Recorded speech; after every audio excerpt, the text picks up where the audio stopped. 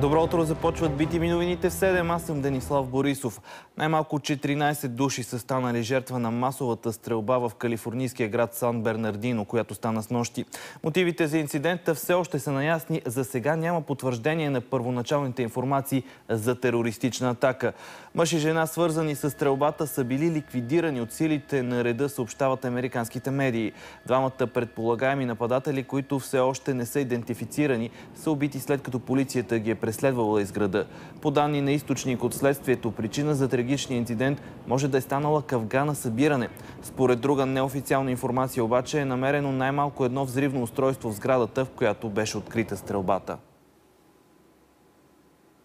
Великобритания нанесе първите си въздушни удари срещу позиции на Ислямска държава. Това става часове след като британския парламент гласува страната да се присъедини към военната операция в Сирия срещу терористичната групировка.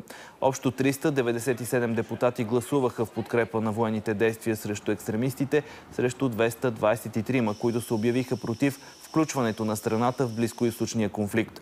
Говорител на Министерството на отбраната в Лондон разкри, че британски самолети са бомбардирали Сирия, но детайли за техните цели ще бъдат оповестени по-късно през деня.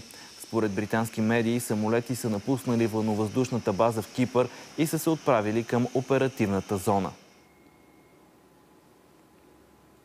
Държавна визита на най-високо ниво у нас. На посещение пристига британския премиер Дейвид Камерън. От съображение за сигурност информацията за визитата му оскъдна.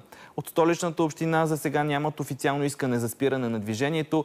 Ограничения ще се въвеждат поетапно по маршрута на делегацията, който се очаква да бъде от летището по Цариградско шосе до Министерския съвет. В програмата на Камерън са включени срещи с премиера Бойко Борисов и президента Росен Плевнелиев. Очаква се акцент на разговорите им да бъдат реформите в Европейския съюз, мигрантския натиск и сигурността по границите. Късно снощи, след общо 16 часа, депутатите приеха окончателно финансовата рамка за догодина. И през 2016 държавата ще харчи повече, отколкото изкарва. Освен за покриване на дупката в хазната, в дълга за догодина с таван до 5,3 милиарда лева е заложен и буфер за финансовата система. От началото на следващата година минималната заплата се вдига на 420 лева, а пенсиите ще бъдат индексирани с 2,5% от юли. Депутатите одобриха и новите правила за семейните помощи за деца. Надбавката за едно дете се вдига символично с 2 лева, за две с 10 лева, а за всяко дете след четвъртото помощта е по 20 лева. Остава тежко състоянието на момчето, върху което падна част от метална футболна врата в разлог и изпадна в кома. Трагичният инцидент се случи вчера в час по физическо. Все още се уточняват точните обстоятелства около падането.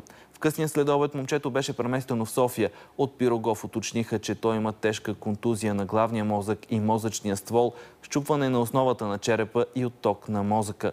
Лекарите се борят за живота му. Тази сутрин продължава с прогнозата за времето и Христина Балинска. Следващите новини са в 8. Останете с нас.